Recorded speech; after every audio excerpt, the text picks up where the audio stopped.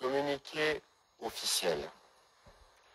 Le président de la République, chef de l'État et commandant suprême de forces armées de la République démocratique du Congo et de la police nationale congolaise, Son Excellence M. Félix Antoine Tshisekedi Tshilombo, a présidé ce mercredi 15 juin 2022 à la Cité de l'Union africaine à Kinshasa une réunion extraordinaire du Conseil supérieur de la défense, élargie aux présidents de 2 chambres du Parlement et aux responsables des services de sécurité. La situation sécuritaire à l'est de notre pays, particulièrement dans les territoires de Rutshuru, marqués par l'occupation et les pillages de la cité de Bunagana par le Rwanda, sous couvert des terroristes du M23, était au centre de cette réunion. Cet acte constitue une énième agression et une violation délibérée de l'intégrité territoriale de la République démocratique du Congo.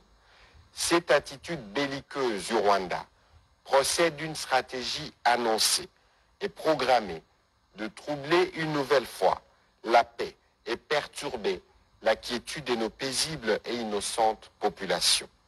La République démocratique du Congo est déterminée à défendre chaque centimètre carré de son territoire.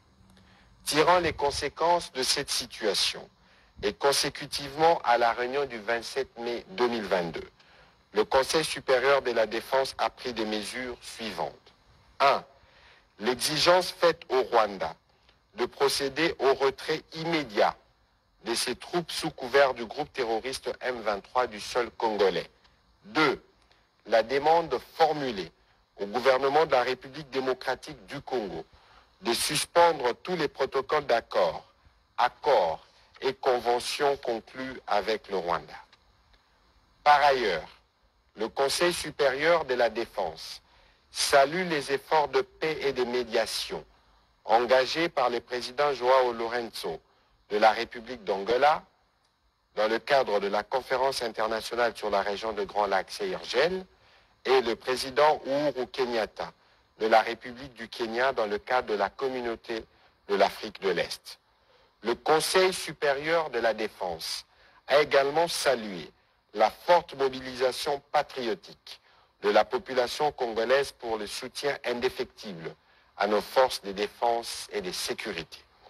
Il a en outre chargé les vice-premiers ministres, ministres de l'Intérieur, Sécurité, Décentralisation et Affaires coutumières et le commissaire général de la police nationale congolaise à prendre toutes les dispositions requises pour éviter la stigmatisation, la chasse à l'homme et tout autre acte de nature à troubler l'ordre public, l'unité et la cohésion nationale durant cette période.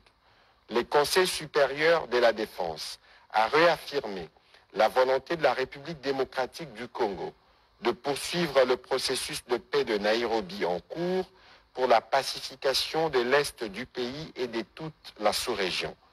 Le Conseil supérieur de la défense a demandé au gouvernement d'assurer une prise en charge immédiate de la population congolaise en détresse, victime de ces actes de barbarie et de terrorisme qui ne resteront pas impunis. Enfin, le Conseil supérieur de la défense a encouragé le gouvernement de mettre davantage les moyens nécessaires à la disposition des forces de défense et de sécurité pour assurer la défense et l'intégrité du territoire national. Fait à Kinshasa le 15 juin 2022. Je vous remercie.